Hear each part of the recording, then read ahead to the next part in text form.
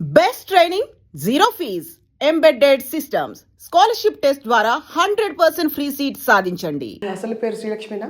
చెప్పండి. అంటే ఫస్ట్ లక్ష్మియే మా నాన్నగారు పెట్టి శ్రీకారం చుట్టారనమాట. శ్రీకారం శ్రీలక్ష్మి సినిమాలోకి వచ్చే ముందే ఆయన పేరు మారుస్తాం అంటే శ్రీకారం మట్టుకు చుట్టారనమాట. శ్రీకారం చుట్టి శ్రీలక్ష్మి అని చెప్పారు. అప్పటికి ఆర్టిస్ట్గా అవుతాను అనేది ఏం లేదు. జనరల్గా ఒకవేళ ఫీల్డ్కి వస్తే నా పేరు ఏమన్నా మారిస్తే ఏం మార్చుకోవాలి అని అడిగినప్పుడు, ఎందుకమ్మా నీ పేరు మార్చుకోవడం, నీకున్న తల్లిదండ్రులు పెట్టిన పేరు మార్చడం ఎందుకు, సినీ ఫీల్డ్ కోసం మార్చక్కర్లేదు, నీ జాతకం ప్రకారంగా లక్ష్మి శ్రీకారం చుడుతున్నాను అంతే. శ్రీలక్ష్మి గారు ద వన్ అండ్ ఓన్లీ అయిపోయారు. వన్ అండ్ ఓన్లీ అయిపోయారు. ఫస్ట్లో వచ్చినప్పుడు 2-3 శ్రీలక్ష్మిలు ఉన్నారు. అయితే వాళ్ళు అన్నారు, అదేంటి మా పేరు పెట్టుకున్నారు అన్నారు. అదేంటి ఎవరి పేరు పెట్టుకున్నా ఎవరు చివరాఖరికి నిలుస్తారో వాళ్ళ పేరే శ్రీలక్ష్మి. మీ పేరు పెట్టుకోండి, మీరు పెట్టుకోండి శ్రీలక్ష్మి అని 2-3 పెట్టుకోండి. ఫీల్డ్లో ఎవరు వచ్చి చిరస్థాయికి నిలబడతారు వాళ్ళ పేరు సార్థకం అవుతుంది కదా.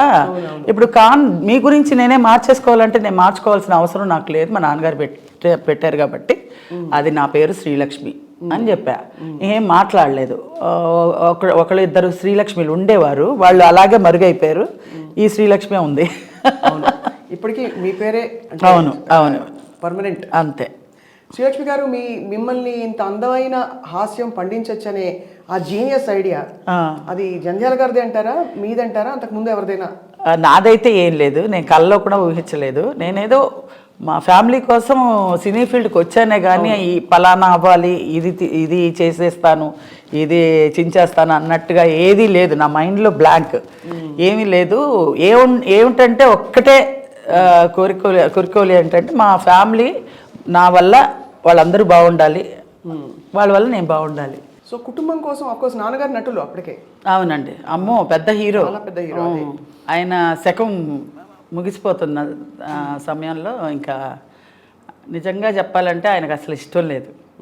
ఇండస్ట్రీకి వచ్చి ఇంత పేరు తెచ్చుకున్న తర్వాత ఈ మాట అంటే ప్రేక్షకులకి కష్టమేస్తుందేమో కానీ నాకు మా నాన్నగారికి ఎందుకంటే సినిమా ఫీల్డ్ గురించి బాగా తెలుసు కాబట్టి, వద్దమ్మా ఎందుకు ఆడపిల్లవి కష్టపడాలి వెళ్ళి అనేవారు. అంటే మరి పరిస్థితులు కొలిక్కి రావట్లే కదా నాన్న, ఏం చేయాలి అని అంటే నేను నా చేతకాని తనమే కదా నిన్ను ఈ మాటలు ఆడిస్తుంది అన్నారు. అంటే అలా అని కాదు, నాకు తెలీదు, నా మాట్లాడడం అంత పెద్ద మాటలు కూడా నాకు తెలీదు. అమ్మ ఏదో చెప్తుంది, అది చేయాలి అంతే, వేరేం లేదు. నాకు నా బదులు ఎవరన్నా చేసినా కూడా పర్వాలేదు, మా రాజేష్ కానీ ఎవరైనా మా అక్క కానీ ఎవరైనా చేసినా కూడా పర్వాలేదు అంటే, లేదు మా అక్క అయితే అసలు చేయను, నాకు సినిమా ఇండస్ట్రీకి నాకు సంబంధం లేదు. మా తమ్ముడు చాలా చిన్నోడు రాజేష్ గారు. ఇంకా నేనే ఫేమ్లో కనపడుతున్నాను అనమాట. ఇంకా నా ఫ్రేమ్లో నేనే కనపడుతున్నాను, నేనే ఒంటరిగా ఇంకా రెడ్ హ్యాండ్గా దొరికిపోయాను మా అమ్మగారికి. ఇంకా నువ్వు తప్పించి ఇంకెవరు లేదమ్మా, నువ్వు చేస్తానంటే మన అందరం ఏదో నీ పేరు చెప్పుకొని అందరం కడుపు నిండా తినగలుగుతాం, అలా లేదు అందరం విషం ఇంక చచ్చిపోతాం అంటుంది మా అమ్మగారు. అంత కష్టం వచ్చిందా? అంత కష్టం అంటే మా నాన్నగారు జాండీస్ వచ్చేస్తే అసలు సినిమా ఫీల్డ్ అసలు కొలాప్స్ అయిపోయింది. అసలు మా నాన్నగారికి ఏమీ అసలు ఏం పిక్చర్స్ చేయట్లేదు, ఏమీ లేదు, ఒత్తి పిల్లలు. మాకా అసలు ఏమీ తెలీదు, ఒక చదువు లేదు, ఆటలు చేస, ఎంతసేపు స్కూల్కి వెళ్ళడం రావడం, తినడానికి ఏమైనా ఉందా అని అడగడం, ఉన్నా లేకపోయినా ఏదో చేసి పెట్టింది తినేసేసి రోడ్డు మీదకి వెళ్ళి ఆడుకోవడం, ఇదే తెలుసు తప్పించి వేరే తెలియదు. మా నాన్నగారు అంత గారాభం. చెప్పరు, పిల్లలకి చదువు చెప్పించయ్యా, పిల్లలకి ఏదన్నా దారి చూపించయ్యా, డబ్బు ఏమన్నా ఎలా అయినా సంపాదించడానికి ఒక మంచి సత్యనారాయణ గారు, అది వరకు రోజుల్లో ఎస్వి రంగారావు గారు ఉండేవారు. ఆ ఎస్వి రంగారావు గారి క్యారెక్టర్ ఆర్టిస్టులు ఏమన్నా క్యారెక్టర్గా చెయ్యి అంటే క్యారెక్టర్ అంతా చెయ్యండి, నేను హీరోగానే ఉండిపోతాను, అమర్నాథ్ అంటే అమర్నాథ్గానే ఉంటాను, నేను క్యారెక్టర్స్ చచ్చే మరీ చేయను అంటే కుటుంబం ఎల్లబుచ్చడం ఎలాగా అంటారు మా అమ్మగారు. అంటే లేదు ఎలాగైనా సరే నేను చెయ్యనుగాక చెయ్యను. అది వరకు రోజుల్లో క్యారెక్టర్ అడగాలంటే చాలా నామోష్కి. అవును, ఆత్మాభిమానాలు. టి రామారావు, నాగేశ్వరరావు, వీళ్ళిద్దరికి ఈక్వల్గా మా నాన్నగారు ముగ్గురు ఈక్వల్ హీరోస్. అది వరకు రోజుల్లో అన్ని మంచి సినిమాలు చేశారు, చాలా మంచి మంచి సినిమాలు చేశారు, 100 సినిమాలు చేశారు. అలాంటిది సడన్గా డ్రాప్ అవ్వాలంటే ఆయన మనసాక్షి ఒప్పుకోట్ల. సరే నేను ఆ మనసు ఆ వేదనతో ఇంకా తొందరగా ముగించుకున్నారేమో అనిపిస్తుంది. ఆయనకి జాండీస్ వచ్చింది. దాని తర్వాత ఇంకా పరిస్థితులు కోలుకునేలాగా లేవు. ఇంకా నేను ఇలా పెట్టుకున్నానమ్మా పిల్లల్ని, నిన్ను అందరినీ, చివరాఖరికి ఇలా వదిలేస్తున్నాను మిమ్మల్ని, నాలో ఏమి, నన్ను క్షమించండి అని వదిలేశారు. ఇలా ఇలా ఇలా పెట్టుకొని కాపాడారు మమ్మల్ని అంత ఇదిగా. ఆయన బతుకున్నంత వరకు మాకు లోటుపాట్లు ఏవీ తెలియదు. ఆయన ఎప్పుడైతే ఇలా వదిలేశారో నాకైతే మాకందరికీ అయోమయం, గందరగోళం. అసలు ఎలా ప్రపంచం ఎలా ఉంది, ఏంటి, ఎలా ఉంటే పరిస్థితి మనం మోల్డ్ చేసుకోవాలి అని ఏమి తెలిసేది కాదు. అలాంటి పరిస్థితుల్లో ఇంకా చెన్నైకి వెళ్ళాం. చెన్నైకి వెళ్ళి, కానీ మొదట్లో మీరు కొన్ని పాత్రలు చేసినా మీకు టర్నింగ్ పాయింట్ రెండు జెండ సీత. యాక్చువల్గా వచ్చి నేను విశ్వనాథ్ గారు పిలిపించారు.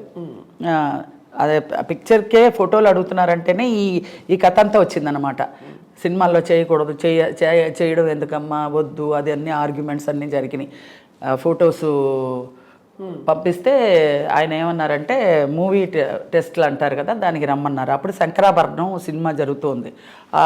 రైల్వే సీన్ చేస్తున్నారు స్టేషన్లో.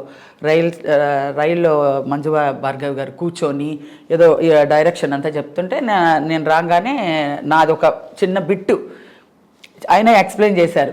అమ్మ ఇలా జనాలు ఉంటారు, ఏం లేదు జనాలు లేరు, జనాలు ఉంటారు, అలా ఉంటారు, వాళ్ళని ఎత్తుక్కుంటూ మీ వాళ్ళు ఉన్నారా, ఎక్కడ వచ్చారా చూసి అలా వచ్చారా అనగానే మూవ్ అవుట్ అన్నారు. ఏమీ తెలీదు, ఆయన ఎలా చెప్పారో అలా చేసేసాను. ఓకే అనేసారు. శుభోదయం సినిమాకి ఓకే అయిపోయాను హీరోయిన్గా.